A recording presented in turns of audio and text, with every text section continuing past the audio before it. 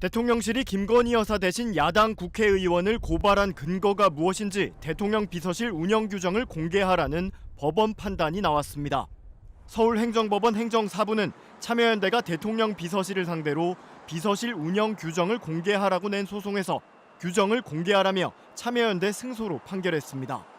작년 1월 대통령 법률비서관실은 김건희 여사의 주가 조작 의혹을 제기한 더불어민주당 김의겸 의원을 고발했으며 참여연대는 김 여사 개인 비리 의혹을 두고 대통령 비서실이 나선 근거를 공개하라고 청구했습니다. 대통령 비서실은 대통령 비서실 운영 규정 10조 별표를 근거로 권한이 있다 답변하면서 업무 수행에 현저한 지장을 초래할 우려가 있다며 해당 규정은 비공개 결정했습니다.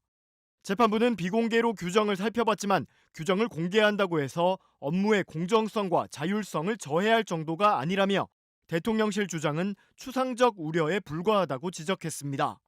그러면서 대통령 비서실 각 부서에서 어떤 업무를 담당하는지는 공적 관심 사안이며 규정이 공개되면 비서실이 대통령의 직무를 적정하게 보좌하고 있는지 국민의 감시와 통제가 더 효율적으로 가능해질 것이라고 판단했습니다.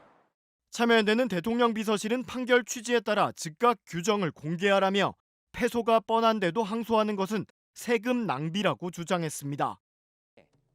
지난주 탐사보도 매체 뉴스타파는 김건희 여사의 또 다른 주가 조작 의혹을 보도했습니다. 뉴스타파는 재판에서 검사가 제시한 자료를 근거로 도이치모터스 작전 세력이 비슷한 시기 우리기술이라는 회사의 주식도 관리했고 김건희 여사와 어머니 최은순 씨도 주식을 매매했다고 보도했습니다.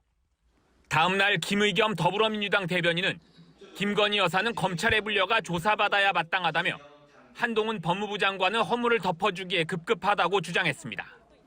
대통령실은 오늘 김의겸 의원을 명예훼손 혐의로 서울경찰청에 고발했습니다. 대통령실은 최소한의 사실관계도 없이 단정적인 가짜뉴스를 반복 공표한 것은 악의적이라고 비난했습니다.